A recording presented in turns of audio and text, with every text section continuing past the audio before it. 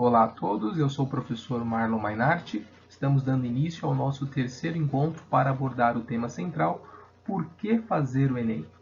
Nos encontros anteriores, nós fundamentamos indicadores educacionais, por que fazer o Enem, e nesse nosso terceiro encontro, o principal objetivo vai ser dar andamento às informações em relação a projeto de vida, escolha profissional, Enem 2020, SISU, ProUni, FIES, mobilidade educacional e planos de estudo.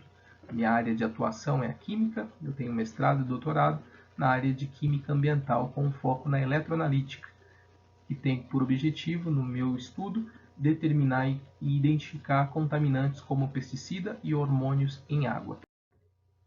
O título da nossa aula é Caminhos Educacionais e o Mercado de Trabalho. Qual a relação dessa escolha com o Enem? Meu e-mail de contato é marlon.mainart@gmail.com. Também nas redes sociais, como Marlon Mainart, e no YouTube, Marlon Mainart. A nossa programação, apenas revisando, no nosso primeiro encontro, nós abordamos o tema Mercado de Trabalho e Indicadores de Qualidade.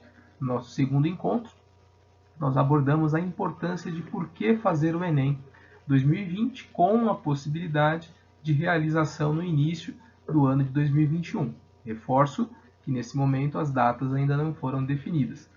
Nesse nosso próximo encontro, estaremos iniciando os conceitos que relacionam a fundamentação. O que é o SISU, o que é o ProUni, financiamento estudantil e mobilidade educacional. E nos nossos próximos encontros, dicas de planejamento e as principais considerações de como a prova é realizada. Bom, apenas recapitulando, a importância do mercado de trabalho. Eu havia comentado que é muito comum, que quando os alunos são questionados no final do terceiro ano do ensino médio, qual a área a seguir, muitos deles, infelizmente, na sequência não pensam em ingressar na faculdade. Eu fiz um recorte aqui de uma reportagem do ano de 2019, onde o título é o seguinte: só 40% dos alunos da rede pública miram a faculdade. Então, essa reportagem ela trata aqui do estado de São Paulo, da onde eu falo, e eu, por ser professor do ensino médio público, estadual principalmente, observo e concordo com essa dura realidade. Significa, então, que mais da metade da turma, daquela sala, então 40%, uma turma de 10 alunos, apenas 4 estariam ali pensando em ingressar na faculdade com aquelas dúvidas que nós já havíamos comentado. Se vai para Química, se vai para Psicologia, se vai para Medicina, se vai para Educação Física, entre tantos outros. Tanto que a partir desse momento ficou uma charge, uma mensagem da geração neném, que nem quer estudar e que nem quer trabalhar. Bom, por que fazer o Enem? O Sistema de Seleção Unificada, o conhecido SISU, ele vem como um processo de seleção após a realização do Enem, em que você pode participar a partir de uma pontuação mínima, que é de 450 pontos, e quanto maior for a sua pontuação, maior será a sua possibilidade de ingresso. Desde o ano de 2009, muitas instituições foram aderindo e hoje, 2020, praticamente todas as universidades federais aceitam o SISU como forma de ingresso. Aqui nesse mapa a gente pode perceber que todos os estados são contemplados com pelo menos uma universidade federal. Desde a Universidade Federal da Amazônia, Universidade Federal do Acre, Universidade Federal do Rio Grande do Norte, Universidade Federal da Bahia, Universidade Federal aqui em São Paulo, a UFABC, a UFSCar, a Universidade Federal de Santa Maria e tantos outros estados têm a sua representação.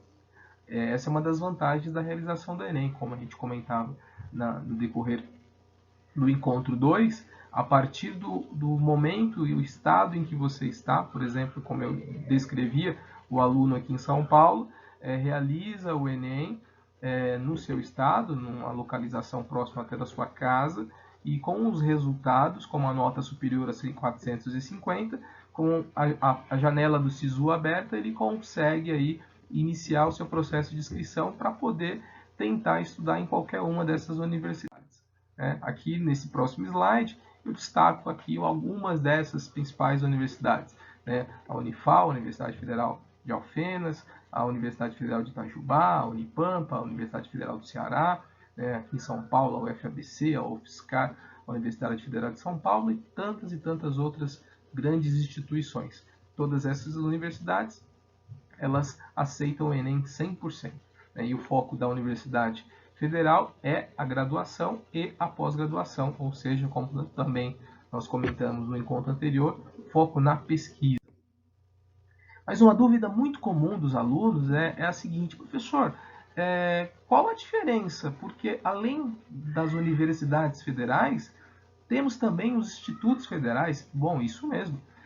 Nós temos aqui também representados cada estado um instituto federal. A principal diferença é que o Instituto Federal, além da universidade, ele também contempla o ensino médio técnico, o ensino médio para o ensino de jovens e adultos, o EJA, com a finalidade também de alguns cursos técnicos, tem a pós-graduação, tem uma série de outras atividades e projetos que são desenvolvidos nesses institutos. Muitos desses institutos desenvolvem como projetos o que seria chamado de cursinho, onde alunos de escolas municipais têm acesso ao instituto para estudar de forma complementar.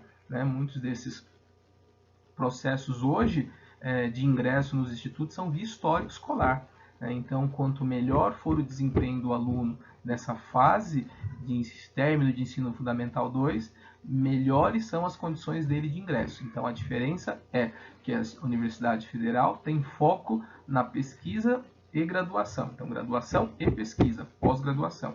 O Instituto Federal, ele tem a graduação, tem a pós-graduação, mas também contempla outros níveis, como o ensino médio técnico. Tudo bem?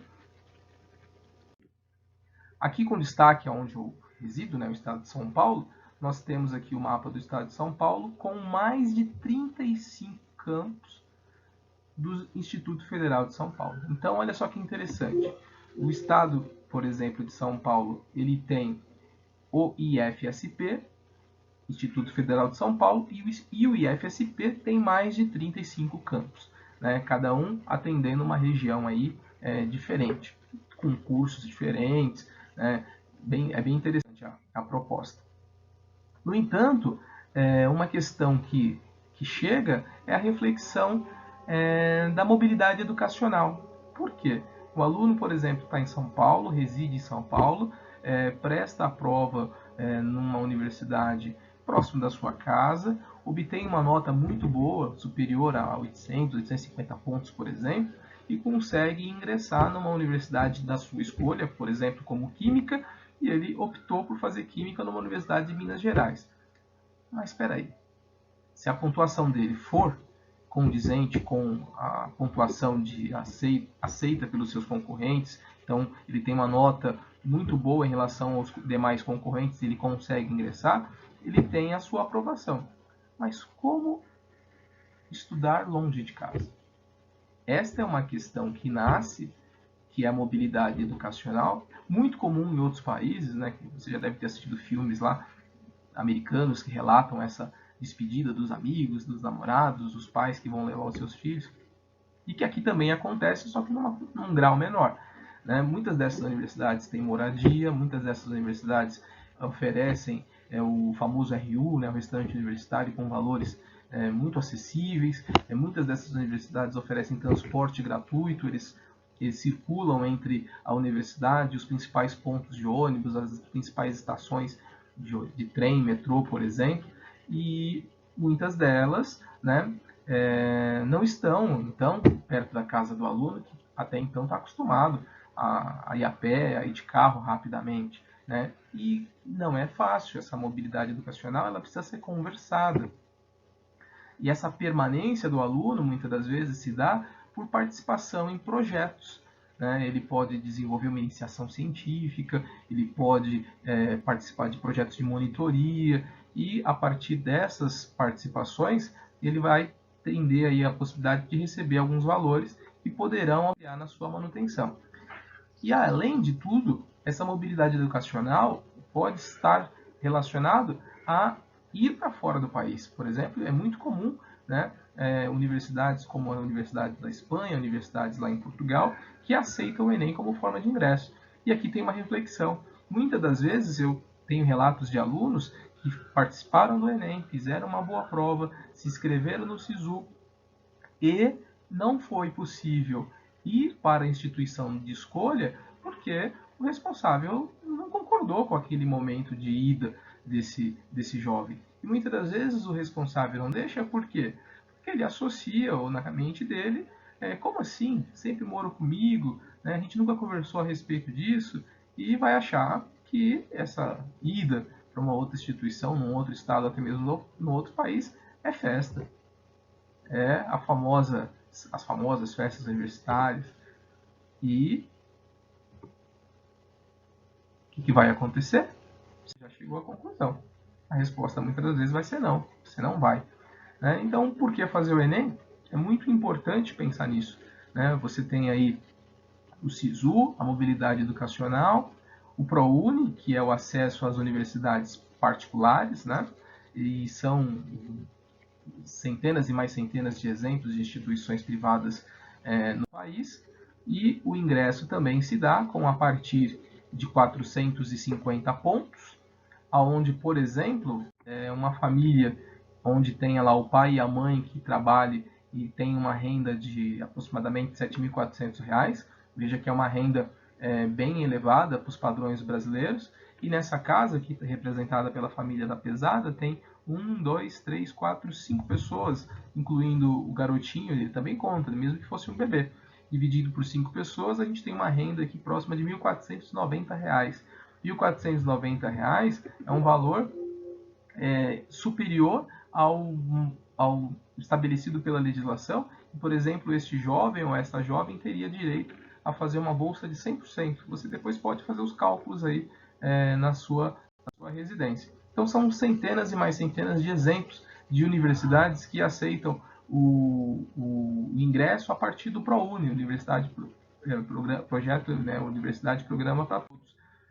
Então, o aluno participa do Enem, participa nas suas inscrições pelo SISU, pode participar nas inscrições via ProUni. No entanto, para participar no ProUni, ele não pode ter feito ensino médio em instituições privadas. Se foi numa instituição privada, ele deve estar na condição. Isso que a gente pode comentar nos próximos encontros. São milhões e milhões de alunos inscritos, né, a cada ano. No nosso próximo encontro, abordaremos aqui a importância de fazer o Enem, com a possibilidade da realização em janeiro ou até mesmo fevereiro de 2020 definido.